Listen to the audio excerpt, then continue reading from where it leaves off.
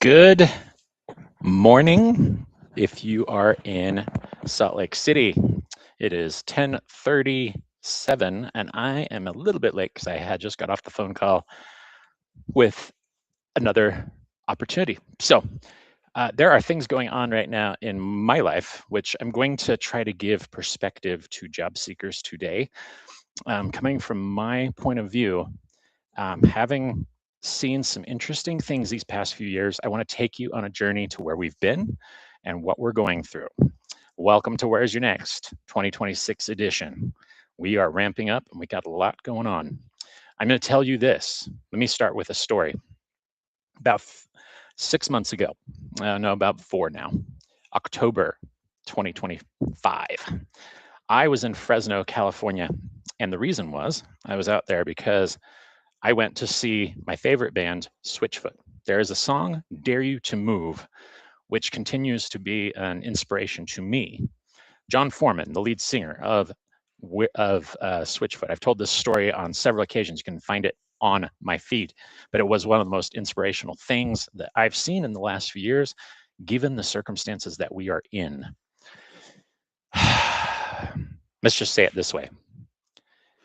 On that day, and every time I go and watch him, he's talking about living your dream, focusing on what you want to be doing, the why. What is your purpose? What is your whole focus? The foundation of a job search, to be quite honest with you, starts with that. There are so many people, because of circumstances these past few years, where it feels like you've been stuck because change has been the constant ever since COVID.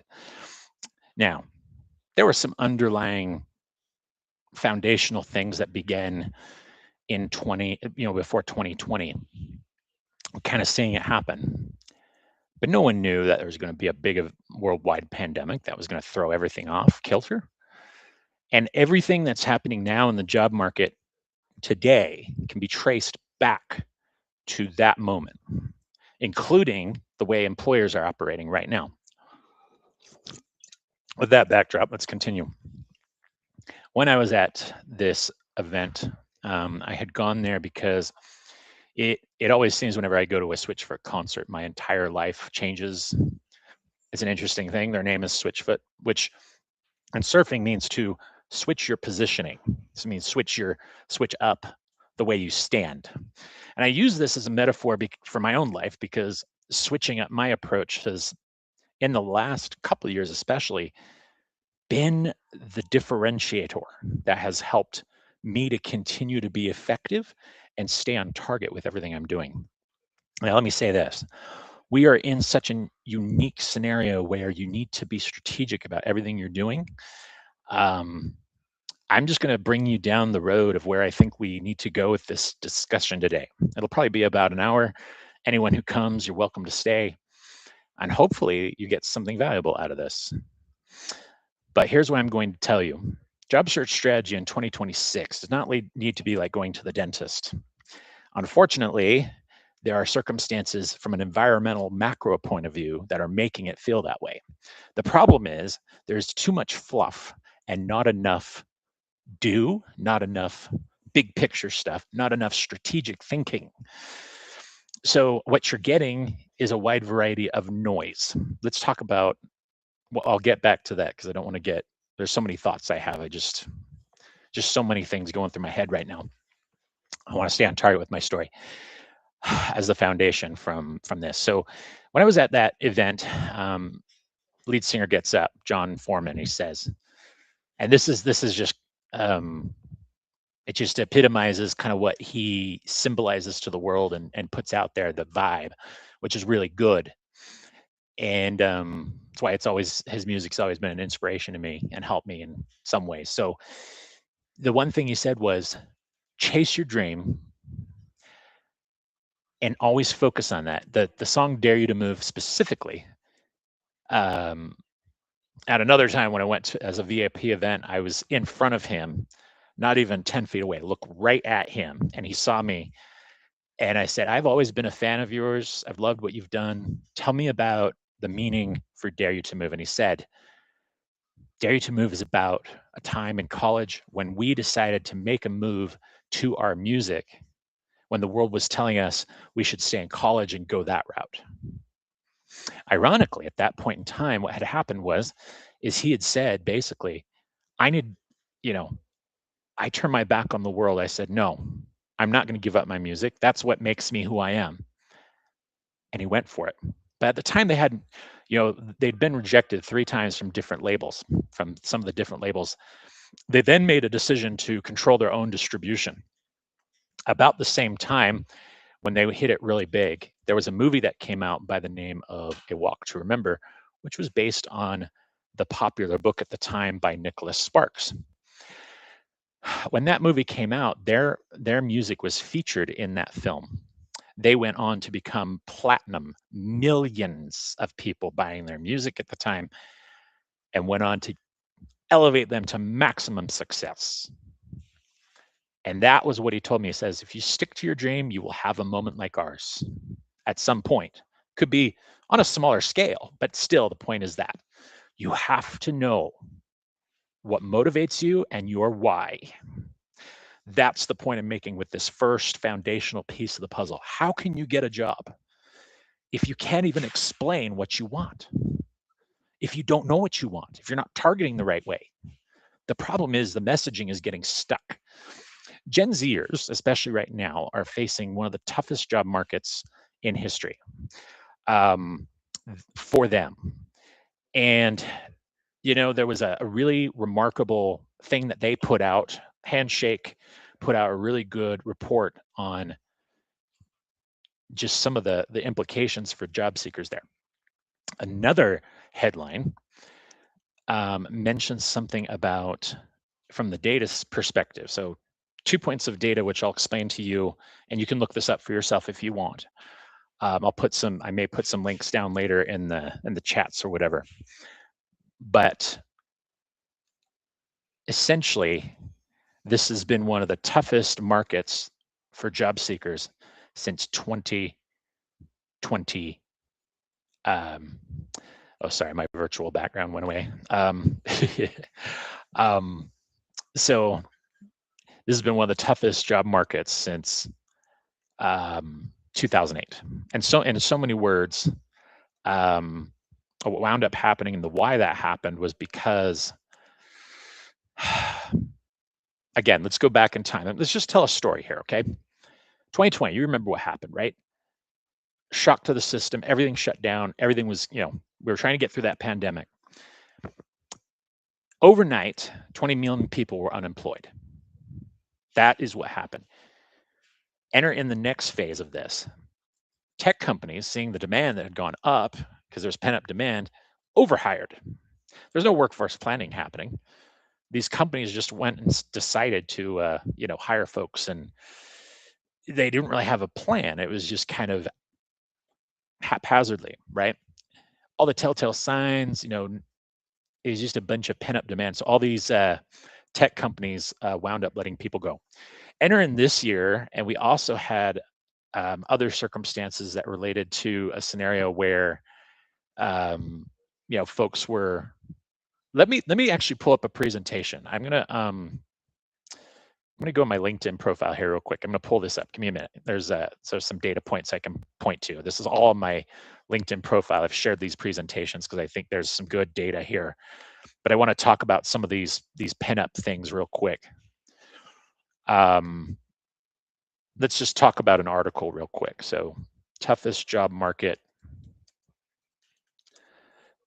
2025 and why. Okay. Okay, so this is okay. The first thing that pops up, really interesting, is the Greenhouse Jobs Report. This is an ATS. They do a really good job with great and very formal information.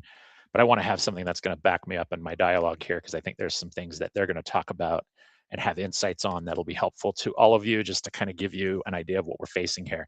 So I'm going to share my screen real quick. Let me just get to that real fast.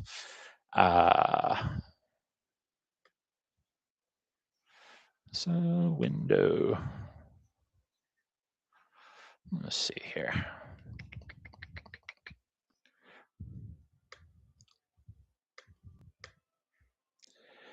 Okay, so where I want to go is, let me go entire screen. That'll be a little bit easier. Okay, now I won't have to deal with that. So here we go. So let me show you what we're dealing with. Look at all that. So first of all, here's the greenhouse workforce trend and hiring report. I think these are very valuable.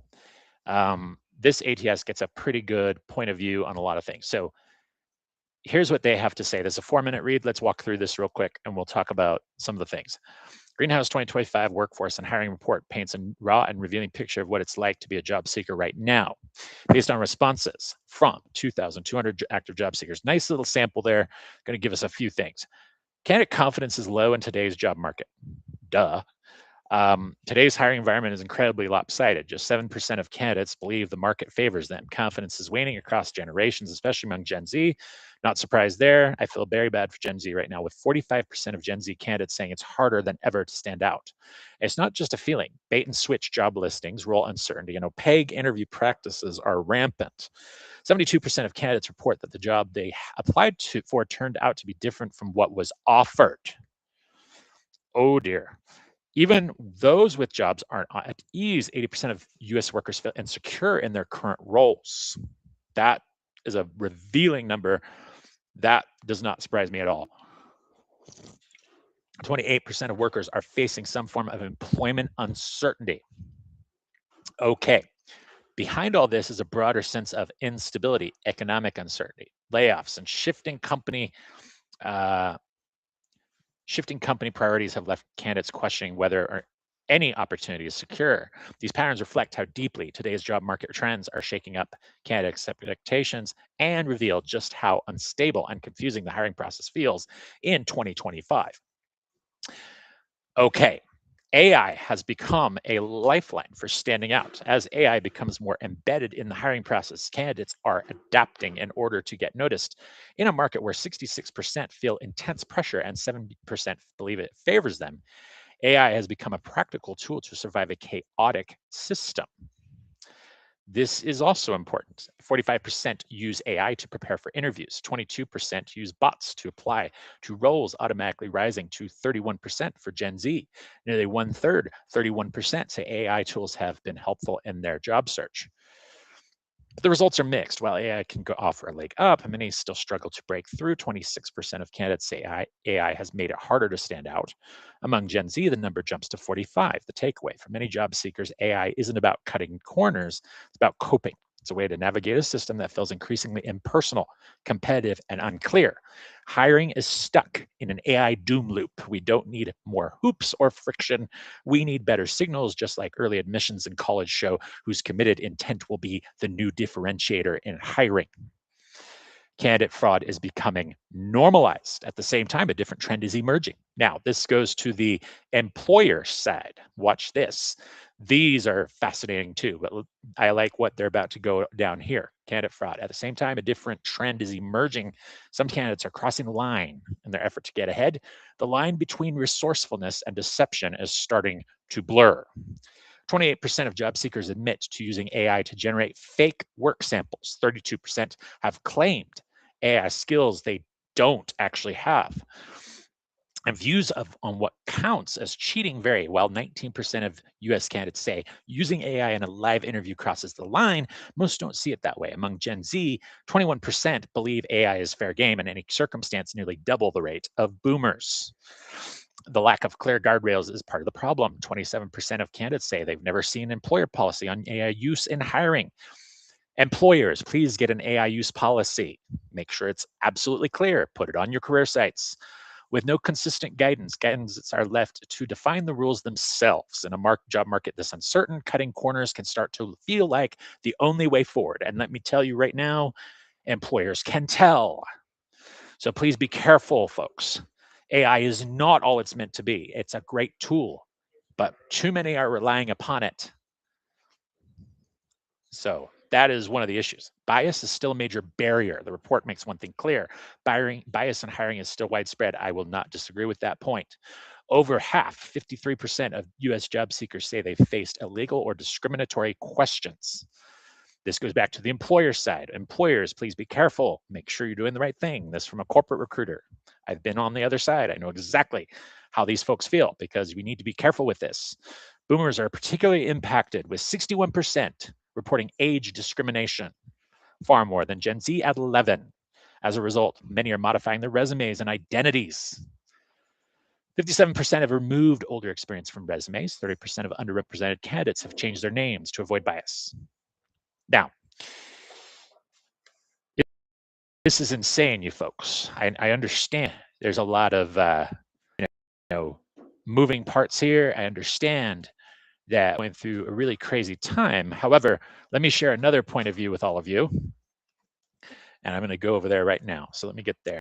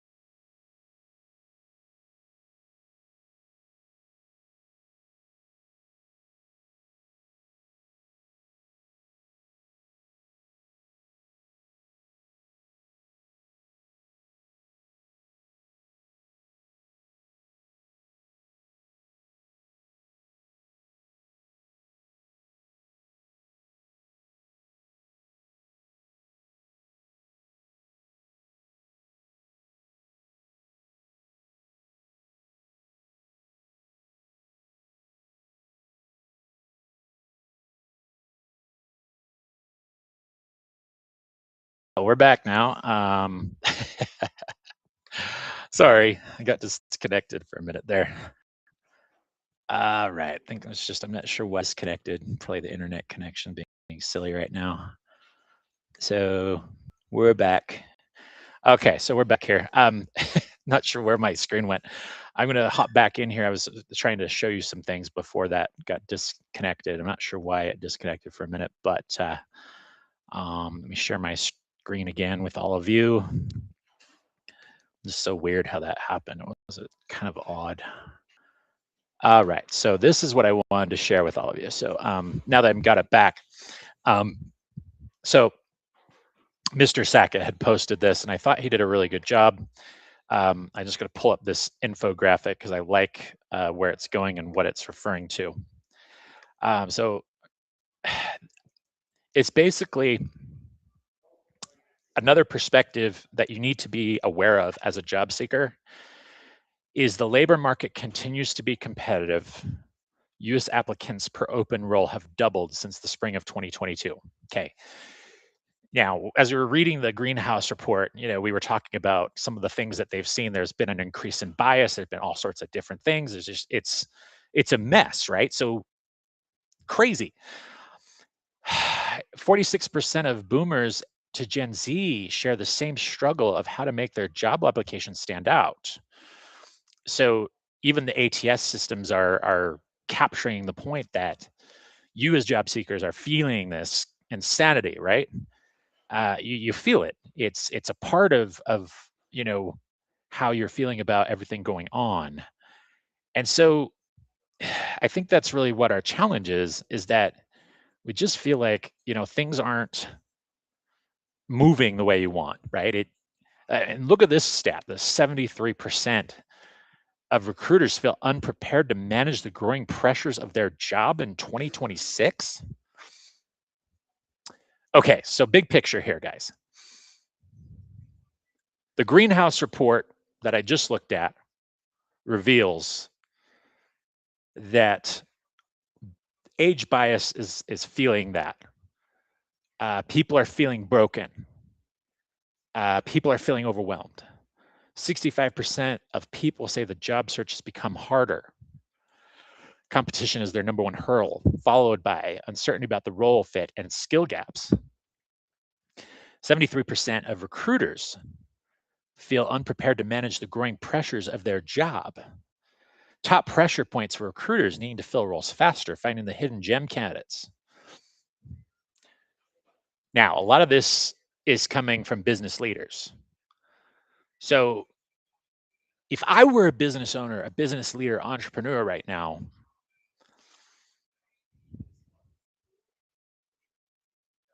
I would be taking a look at the mental health of my workers, and that you need to be a human first employer,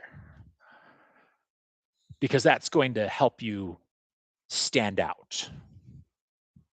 Let that sink in for a minute, okay?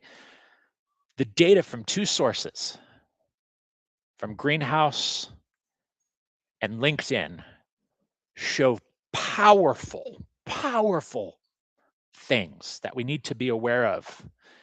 And what we're dealing with is just all sorts of noise, okay? Now, let's go to the other things that pop up quite frequently here. And it's unfortunate that there's a lot of myths. Now, there's these career coaches and people that aren't in the trenches, practitioner level, who don't know the realities of what the poor job seekers are facing as a recruiter, as recruiters are overwhelmed. And they're giving advice saying you shouldn't do this, that, or the other, but it's not helpful. So they're saying don't use AI to, get applications out there. On the other side, recruiters are getting application fatigue because all the resumes look alike. Had a conversation with one of my friends the other day. He said this: bunch of AI resumes came in to the ATS, and the ATS was full of stuff, right? And the problem is that the ATS, every single resume looked the same, but the ones that looked different, there was one thing in common. They either put the correct information in there about who they were, and they were able to explain their story. They had used AI, maybe, but they had removed the robotic language and put it in their own voice and their own tone. There is truth that, yes, keywords are important. You'll see rumors about the ATS and how the ATS actually, knocks out people with AI. That's true to a point. It ranks resumes, but ultimately, most of those resumes do get seen. Okay. Telling you this, 100% true. I'm a recruiter. I know. Okay. Don't listen to that crap, is what it is. It's a bunch of baloney. Now, why are we dealing with all this? What has led us to this point? Why is all this happening? The reality is, back again to COVID, cause and effect, folks. If you understand the cause and effect, you can start to anticipate the trend line and get ahead of the curve. Okay. So I wanted to go into this data a little bit. There's another place I'm going to go, and I want you to all kind of follow with me. I put out this presentation a couple years ago to hr.com. You can find this on my LinkedIn profile. Now, I'm going there right now to look at this, but I want to give you a point of view that's going to help a lot of you job seekers to figure this out and to have things, make sense. Because again, we've got so much noise. It's so annoying.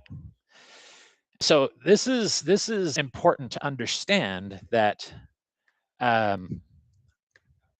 Let me jump over here. Okay. This was a few years ago. When I gave this presentation, it was 23. Look at this. Look at these headlines here right now. Just take a moment to take all that in. Look at all those headlines, okay? The headlines are telling a specific story that is also part of the reality here. And this is some of our challenge, is that there's so much noise. Look at this one up here. Older workers have started the Great Retirement. Okay. A lot of people moved on from the labor market back in 2020 were older workers. The Great Resignation has become the big stay. So another headline. So these were just a couple years ago. So there's the trend line there. That now, again, lots of noise, unfortunately. So TA trends. Let me talk about some of these things. The pandemic did affect retirement. This was back in 2022. Just gives you a big picture understanding of what was happening back then. Fed Reserve labor participation rate. Okay, rise of generations, Gen Z to rise, baby boomers not fully ready for retirement. Okay. We're a multi-generational workforce right now. Gen Z's challenge is a lot of them aren't getting ahead, and companies are making a big mistake not seeing this generation for who they are and the strengths that they bring. Because of this generational change, they're entering more into the workforce. The leadership, the baby boomers are staying put to some degree. You got Gen X and Gen Y trying to figure it out. So really what's happening is every generation is feeling the pain right now. And look at this stat on the bottom. More than 80% of US pre-retiree households are financially unprepared for a secure retirement. The other stat that really blew me away the other day is that our debt load as a country in the United States is at an all-time high. Credit card debt, student loan debt for everybody. It started, so everything, pandemic made things worse. You all remember the remote hiring scenario. So you kind of saw interesting stat. The aging of baby boomers means that within just a couple decades, older people are projected to outnumber children for the first time in U.S. history. That means there's going to be more multi-generational households and people hanging out with each other. It's insane. Insane. Generational shifts in the workforce are underway. Great retirement will accelerate. Need to train the younger generation now. Tech roles will be harder to fill. Volume roles will become more critical for your succession plan funnel. Challenges we didn't anticipate are transforming the workplace. Think remote work as an example. That one's a big one. Unfortunately, most teleworkers in the US say working from home helps balance their lives. Now, last couple of years after I gave this presentation, there was a bunch of, I'd love to go back and see what the Pew Resource Center has to say about this now, but that's who's on here. You can see what they're talking about. So some of the workforce trend lines are talking about all this stuff. And again, look at some of this. Again, what I'm doing right now is I'm giving you the full scope of the data of where we came. So this is part one. I'll do part two. I'll log off and log back in again and start a new stream with strategy. But I wanted to tell you where we've been.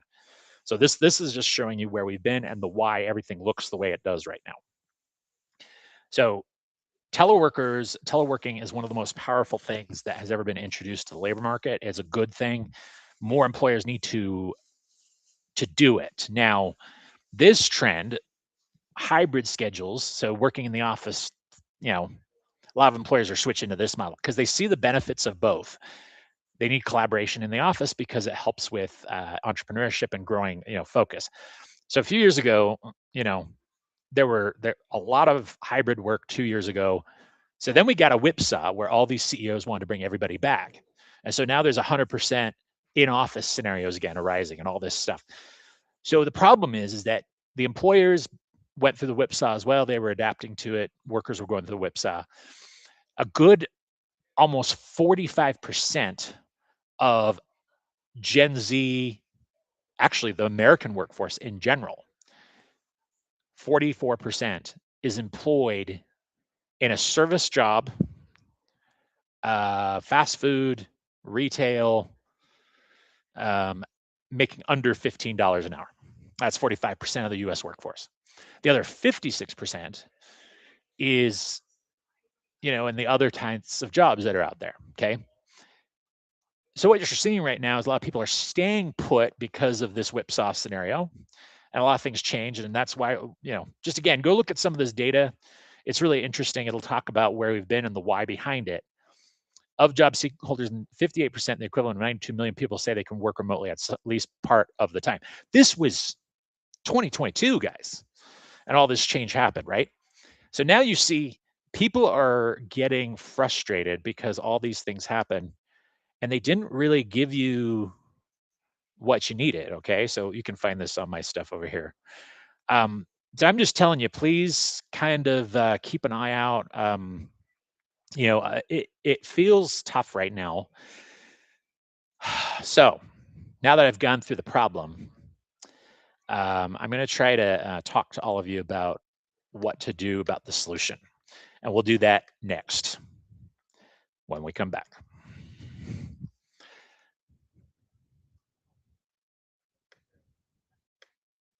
So we'll see you in a few minutes. I'm going to come back online.